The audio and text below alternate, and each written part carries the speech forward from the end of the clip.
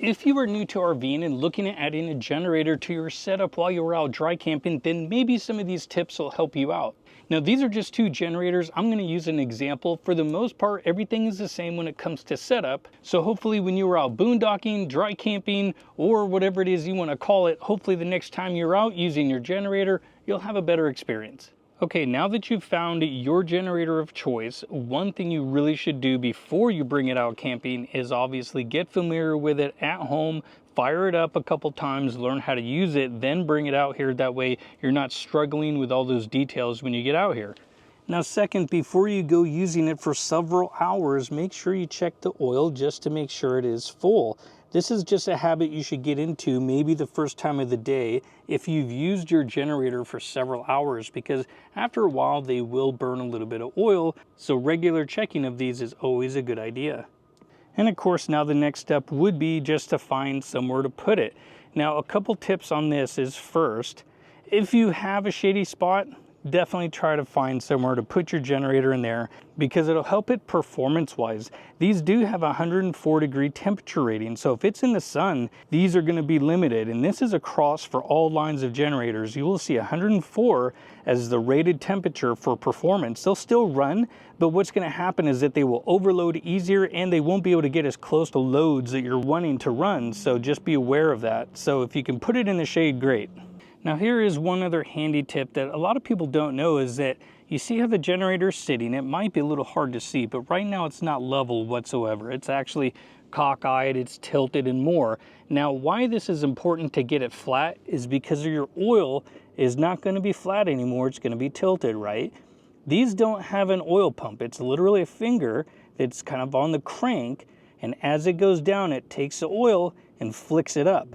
And so if that oil is all the way over here and the finger is only getting some of it, then you're not going to get as good of a lubrication process if your generator is not level. So try to make sure you place it somewhere level. That way the little finger that's in there that's flicking up the oil gets the most that it can, especially if your oil starts getting low. It's only going to make it worse. So try to place your generator somewhere level. And another piece of information is that when you place your generator somewhere, they tell you to put it at least 20 feet away if you can. So that's up to you how you want to do this. I have mine sometimes just in the back of the truck because it'll make it quieter, because it acts as like a little sound box. So that really helps dampen a lot of the noise. Just again, make sure it's pretty level if you can. But obviously try to have this farther away the better. That way you're not getting any of those carbon monoxide fumes coming inside windows or anywhere else, because again, RVs are not sealed up the best. So it's always better to have these farther away if you can, especially if running on gas.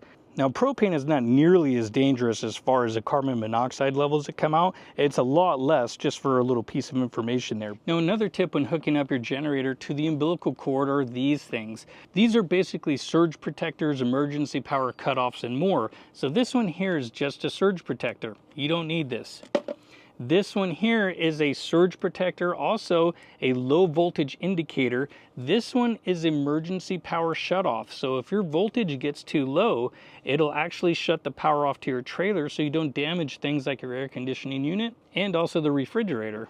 Neither one of these you need at all. You actually don't need anything while plugging these into a generator unless you want to monitor the loads. Now, the reason being is that all new inverter generators have their own protections in it. They have low voltage protection, over voltage protection, and they also have overload. So if you draw too much power, they shut off. If the voltage drops too low, they also shut off. So this stuff here is actually not needed. And if you happen to be using one of these with the EPO on it, the emergency power shutoff, these can get real finicky, especially when you're using this with a generator and your AC unit comes on and off. If it sees a dip in voltage, these EPO units will actually prematurely shut them off, and then all of a sudden you're trying to diagnose a problem, and sometimes this is actually it. Remove this and I bet you'll have less problems when the AC turns on and off.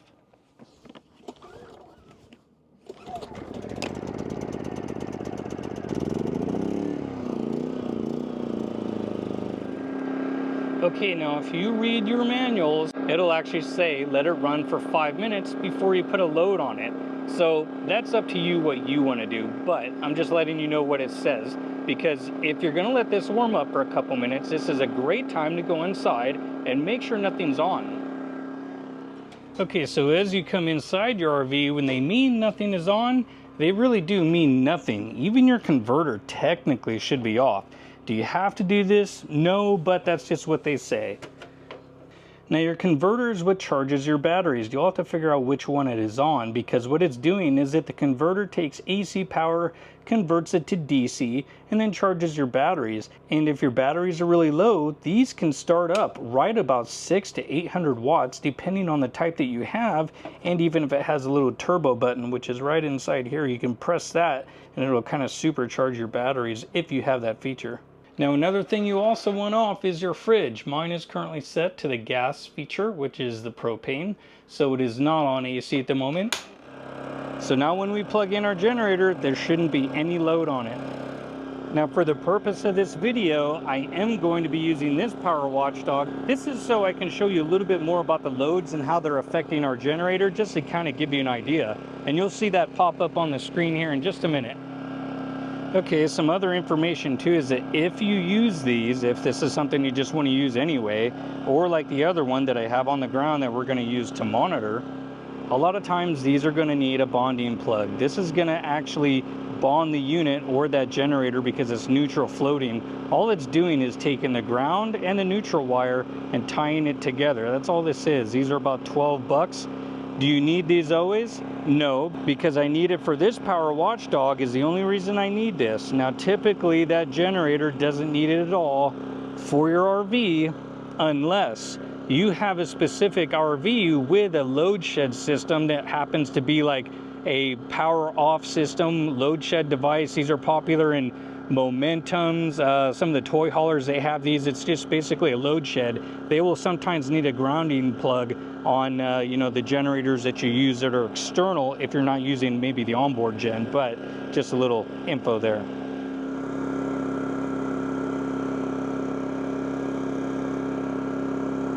Three lights, on we go. All right, one other tip is do not put your generator on eco mode if you plan on going to start up an AC unit. Leave this with the eco mode off, go turn on your AC unit first, then come back out and switch that. Okay, so right now you can see there's about 10 watts. So you see the little meter over there that is on, and that's just probably some kind of draw in the system for the RV. So we're gonna go ahead and turn on my main AC unit. This is a 15K AC with a soft start on board. So now you can see the monitor changing there and how much power is being drawn from the RV's AC system. Now this 15K AC unit, even though it has a soft start, when it's really hot outside, I've seen this pull or consume as much as 1800 watts. Now even though right now it's just a little over 13 and a half, it'll go above that here in a couple minutes. So I'll show you what that looks like in a minute. And now we can come out here and turn on the eco mode. Now you notice it may not have idled down much, but that's because we are now putting enough load on the generator to where it's not going to go down.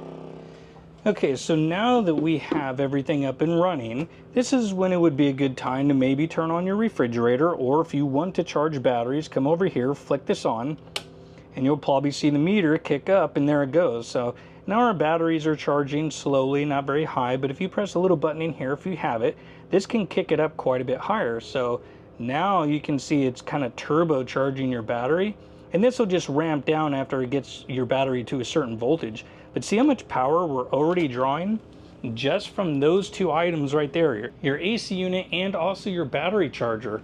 So now let's say we want to take the fridge and also turn this on to auto, which is now going to swap it to electric. And this is going to consume another 350 watts, give or take. So for the little generator that I have out there, we are basically going to be using up most of its power. Okay, so our little generator out there is putting out about 2400 watts. This is over 50%. Now, if you are constantly running your generator at maybe a 75% load or more, you honestly should step up your generator to something bigger. One of the reasons is that if you don't have more generator, then you won't have any reserve when you want to kick on your microwave or turn that on and off.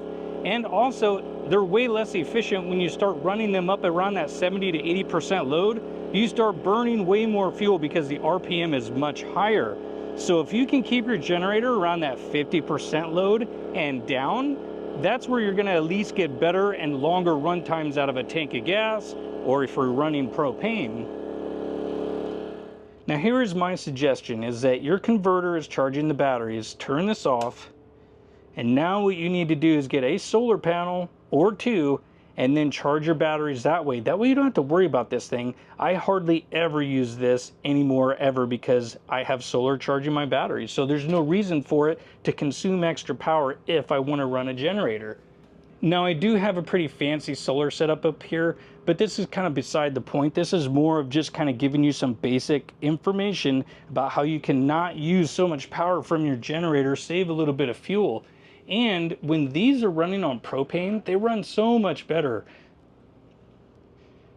They get colder, not to mention propane is relatively cheap in most places versus gasoline is a little bit more, so why not save a little bit if you just really want to run your AC unit? This is going to help your generator a lot. So now if you look at it, this 15K AC unit at the moment is only consuming about 1600 watts, so much better. The generator is going to be a lot happier, you're going to get longer run times, but let's just say for fun, you want to turn on a second AC unit.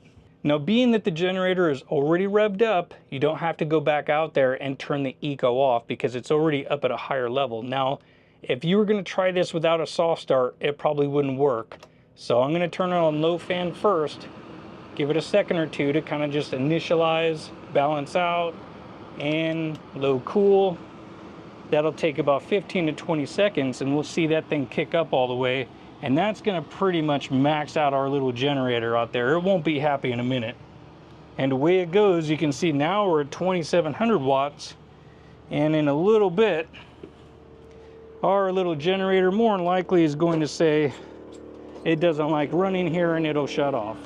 And there it goes. It actually did shut off because it overloaded.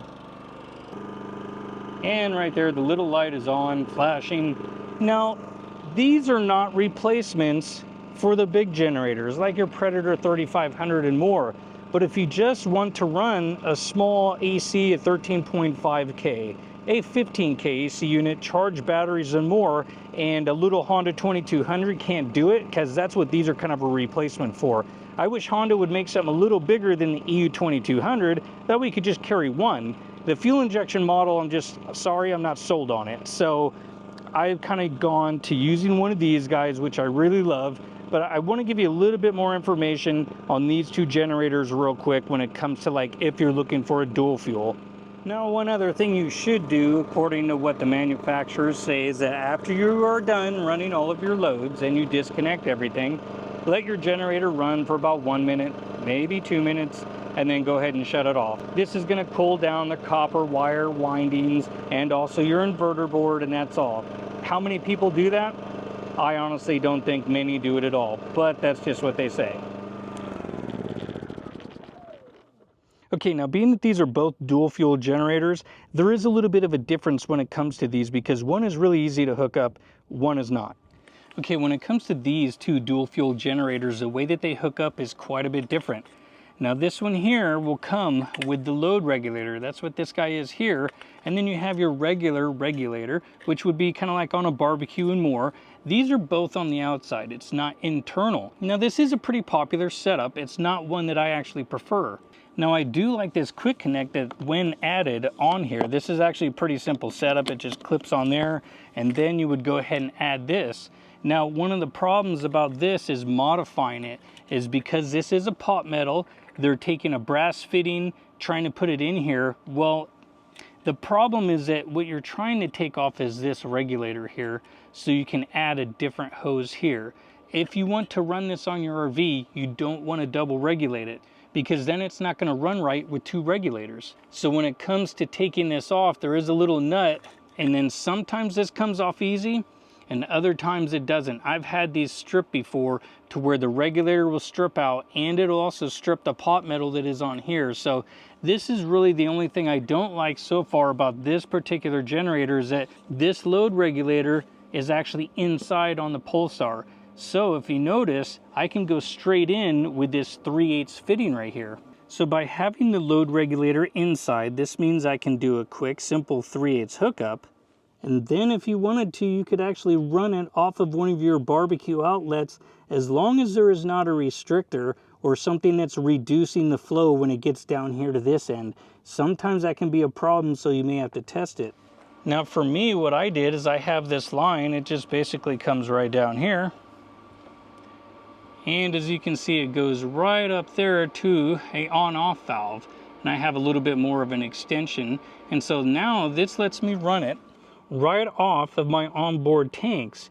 And then you have the regulators that are in here doing all the regulating like it normally would, but you don't have that external one because, again, you have them on board your RV, so you don't want to double regulate. And now that I have 40-pound tanks, I also don't really bring gasoline so much anymore. Now I do have a lot of solar and stuff, so I only run the generators once in a while. But of course, this is just my setup. Now again, when it does come to using your generator, get familiar with it at home before you bring it out with you. And again, read that manual. There is a lot of good information in there. And I hope this video helped you out with a few tips and tricks to hopefully have a better experience next time you're out using your generator while you're camping. I hope you guys liked the video, and I hope to see you in another one.